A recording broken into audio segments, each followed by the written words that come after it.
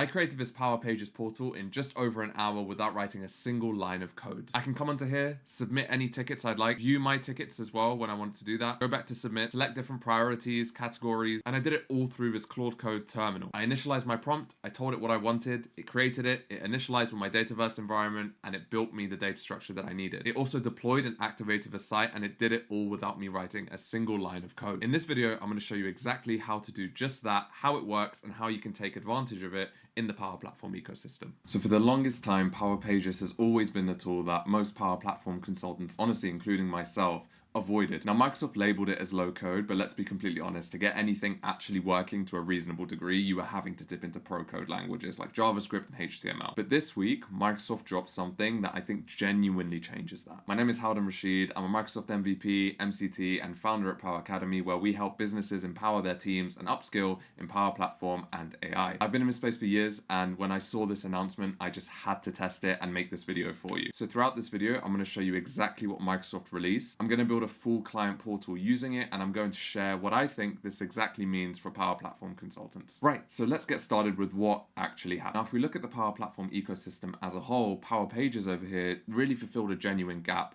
of taking our internal Dataverse data and showing it externally to people who weren't authenticated in our tenants. Now, consultants who were good in Power Apps and Power Automate, once they started dabbling with Power Pages, they realized immediately that the platform required a lot more pro code that was outside of their skill set. Now, recently, Microsoft released the Power Pages plugin for GitHub Copilot CLI and Claude Code, which is now in preview. Now, this isn't just a chatbot that helps you write code snippets. This is a full lifecycle plugin, which allows you to start from the scaffolding and go all the way to go live and deployment. You describe what you want in natural language, and it creates the scaffolding, the Dataverse integration, the API integrations, and all the way up to the deployment. Now, if we scroll down here, just past the prerequisites, we can see that there's a skill overview, and these are the skills that the plugin provides for you to actually invoke the creation and the deployment of the website. Now, I'm not going to touch on all of these, just the key ones, but create site, this scaffolds the site and applies your design direction. So this is where you initialize the prompt to actually go and build what you need. So you tell it what you need, and then it will go and build the scaffolding for you. Setup data model is actually an awesome one, which connects to your Dataverse environment, sees the tables that are already existing, and creates new ones to align with the use case that you need. Then you've got deploy site, which actually uploads the project to Power Pages using the Pack CLI. And then you've got the integrate web API, which wires up real Dataverse API calls. Now here they give an example of a typical workflow. So someone would start with create site, then they would deploy the site into the environment, then they would activate the site, set up the data model, add sample data, integrate the web API, create the web roles, and then you can see it goes all the way to actually deploying the site and pushing the final changes live. Now you don't actually have to follow the workflow in the way Microsoft has set out for you. Here it just says that. What's really incredible about this is each skill checks its own prerequisites and tells you if something is missing. So it will actually tell you if it's missing something before it can actually run a certain skill, and then it will ask probing questions to get that finished for you. Now, one thing that is really important to understand about this is it's not just code generation. If we zoom in here, we can see that the plugins spawn different architects which are trained in different things that can help you with that particular step.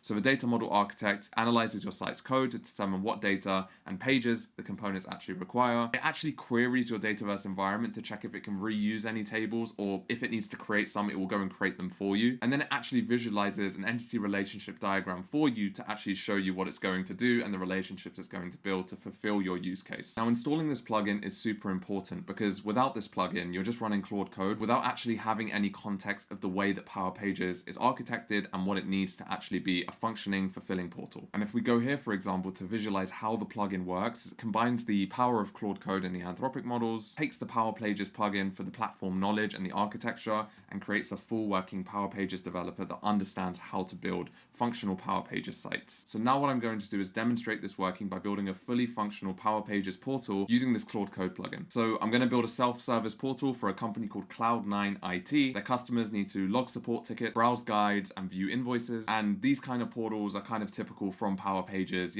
someone actually needing to be authenticated, going in and managing their own data themselves in some capacity. So let's get started. Okay, so the first thing I'm going to do here is review the prerequisites, because these are really important in terms of the software requirements that you need. And then of course you actually having to install the plugin. So take a look at this, make sure you have all of these components installed. You also need a Power Platform environment with Power Pages enabled, and if you scroll down, it will actually give you the commands you need to run to install the plugin within Claude Code. If you want a quick video on how to set this up, let me know and I'll create it for you as soon as possible. But let's say hypothetically we've done all of this. What I'm going to do is open up my Visual Studio Code terminal. So I'm going to open this up, go into terminal, new terminal, and I'm just going to kick things off by running Claude.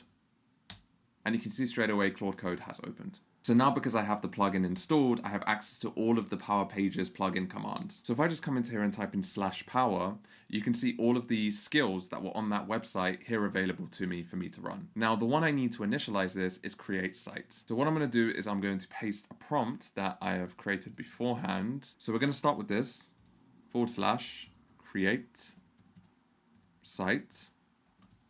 We're going to do a line break. And then we're going to paste this in.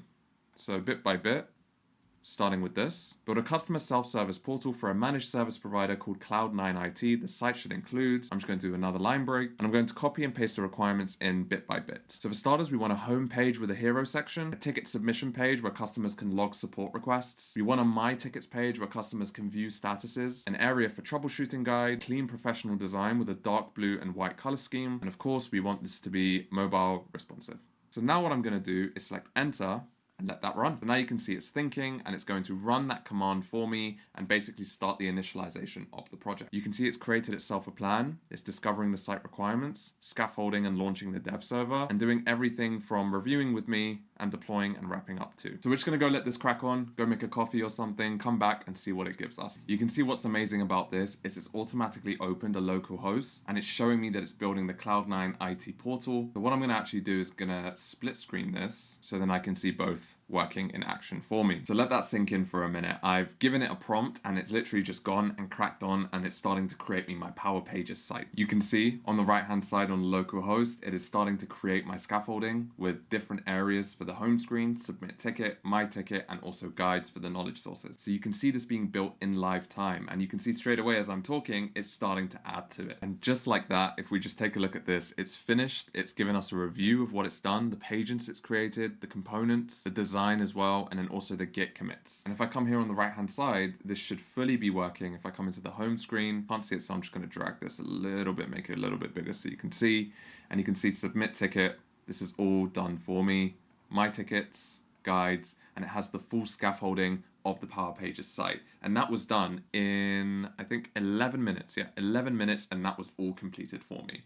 This would have taken probably a good week of focused effort from quite a few developers to get the scaffolding looking like this previously, and now look at what it's done for us. So we're not going to stop here because while it's actually added these different records, these aren't actual real records existing in Dataverse. These are all test records. So what I want to actually do now is connect this Power Pages site to my Dataverse environment, which this is connected to. And the way that I'm going to do that is use this Power Pages setup data model command here. So I'm just going to take this, copy it, paste it.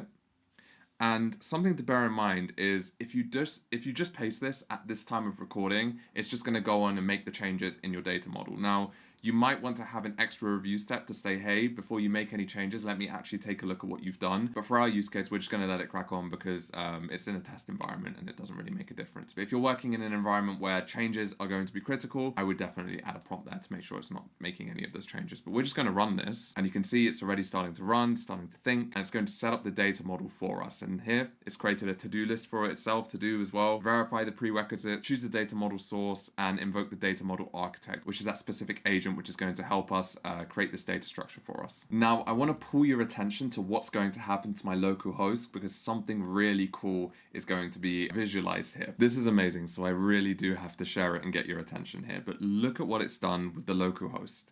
If I zoom out, it's created me a full ERD diagram showing me all the tables that it's going to use, the ones that it's reused, like contact, ones that it's modified, and also ones that are created when they are created too. It's given us a legend, the modifications that are required here at the bottom. So if I just zoom in a little bit, you can see it's added a choice column, whole number column, and you can see it's given us the publisher prefix as well. Now this is absolutely amazing because you can come in here and actually see the tables that it's reasoning with, that it's using, and again, it's actually aware of the tables which are already existing in your environment. Now, this is the kind of thinking that separates a good Dataverse consultant and Power Platform consultant from someone who just creates tables randomly whenever they need it. The fact that it's actually AI doing this here is really, really impressive. I'm going to mention this again because it's really important, because I didn't prompt it to allow me to check anything. It is just going over and doing the checks itself, which again is a big no-no, especially in a customer's or your business's developer environment. Do not do this. Always test with the sandbox first before you're doing any of this. But yeah, you always need to make sure that you add some sort of guardrail to stop it actually going in and doing those changes itself, because it will go and do that. But let me tell you, seeing the work that it's doing live right in front of me is absolutely awesome. And I've been having so much fun with this, because that gap between the pro code side of Power Pages and bridging it to, taking citizen developers and people who don't understand programming and allowing them to build full functioning, beautiful working portals for business use cases is a huge win for Power Pages. Okay, it's been running for about 10 minutes. It still has a few things to do, like actually creating any additional columns and relationships, etc. So I'm gonna go and let it do that, and I'm gonna be back when this is all done. And just like that, you can see it's finished. It's given us the display of all the tables used, what changed, so adding the columns here, and it's given us a results summary here at the bottom as well. It's also given us some suggested next steps. So what we're actually gonna do is integrate the web API and connect the site's front end to these Dataverse tables that were just created. So what we're going to do is just copy and paste the command. So copy, paste, and then select enter, and we're going to let that crack on. So this skill is doing the heavy lifting, right? It's scanning every component in my site, it's finding all the mock data that's in there and replacing it with real Dataverse web API calls. Again, it's created itself a to-do list, verifying a site exists. Yep, that's been done rather quickly, and it's going to start doing the integration as we have set it out. Now, pay attention to this step, which is set up permissions, because these permissions will dictate the roles and who can access what tables within the Power Pages site. So we're going to wait for this to-do list to finish. This is usually the longest one that I've seen. Then after this, we're finally going to get the deployment and the activation of the site so we can see it live within our Power Apps portal. Okay, I'm so happy to announce after 22 minutes, we're finally at the end of what it's done for us. So you can see the to-do list has cleared, and there we are. Just like that, it's told us the integration that it's done with the different tables, the permission files that it's created as well, and it also gives us some post-deploy notes to actually check that this is all working for us. But effectively, it's taken something that may have taken a few days to do and done it within 22 minutes. Now, the final thing is to actually activate and deploy this. So what we'll do is we'll run this Power Pages activate site, Control-C, Control-V, and select enter. And I think it's going to automatically run the SEO before it does anything else in terms of activating the site. And we're going to see that add the SEO, activate the site, and hopefully deploy it in this one prompt. So let's see. Okay, so it's just finished the SEO. And now it says the next steps is to deploy and then activate the site. So we're going to deploy first, copy this, paste, and select enter. Now I'm thinking about it, I selected activate site when first I should have deployed it. Now if I open the Microsoft documentation here, you can see in the typical workflow, deploying comes before activating. So this is why it's prompted me to do the SEO stuff, so it can best structure me to actually deploy and then activate the site. So now it's just confirming the environment and going to verify the deployment. And now you can see it's finished the deployment and is automatically activating the site for us. So it's verifying the prerequisites, and it's going to eventually present the activation summary, which then we can access it through the Power Apps Maker portal. And we're finally at the endpoint where the site has activated successfully. So it's given us the site URL as well. Now I'm almost certain if I open this, it will not work, just because it usually takes a little bit of time to provision. But what is awesome is if I open up my Power Apps Maker portal, come into websites, and I refresh here, I see the Cloud9 portal available to me. And I can come into here, edit as I would a normal Power Pages site, which I can then preview. I'm going to select desktop, and I'm already anticipating that this isn't going to work, just because again, they take about 10 to 15 minutes to provision. But we're just going to wait around. I'm going to fast forward so you're not waiting around with me, and I will show you how this looks within the Maker portal. Yep, and if you see this error, this is the exact error that I see if I come in here too soon. So I'm going to take it to when it's working. Okay, so I've refreshed. I'm going to select consent on behalf of your organization.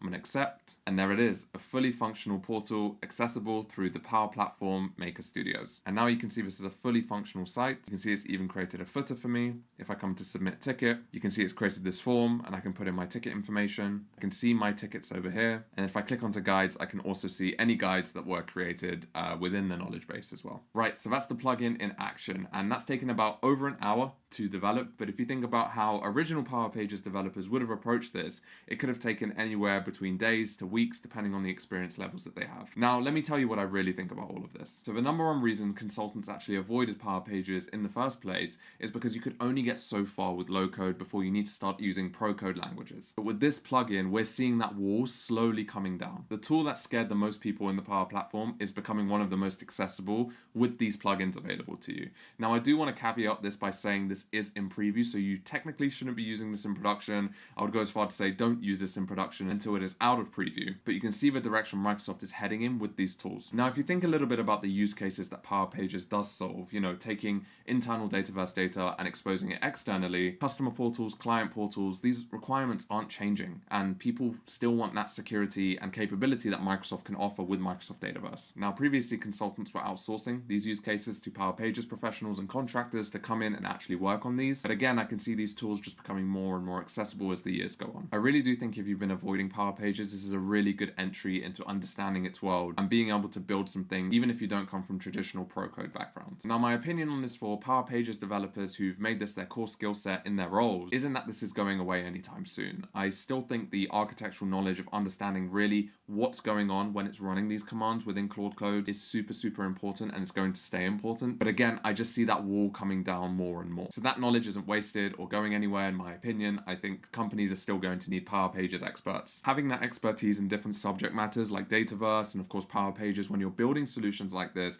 is just going to take you a long way ahead of someone who's just dabbling with these tools. I also want to say it's super interesting that Microsoft have chosen to adopt Claude Code alongside the GitHub Copilot CLI as well for this. I really do think that this is just Microsoft's way of acknowledging that Anthropic's models is just better than every other model right now, in my opinion. And I'm glad it's treating it as such. It's not trying to compete against it, at least in this case. It's trying to use it to its advantage. And I think this is a huge win for Power Platform consultants and businesses adopting Power Platform technology, because you know you're getting the latest and greatest. And finally, for the broader Power Platform community, I can really see Microsoft taking this direction of making agentic tools the real interface for the way that we actually build these solutions. I think it's going to be the standard for the way that we actually build on the platform in the next 5 years.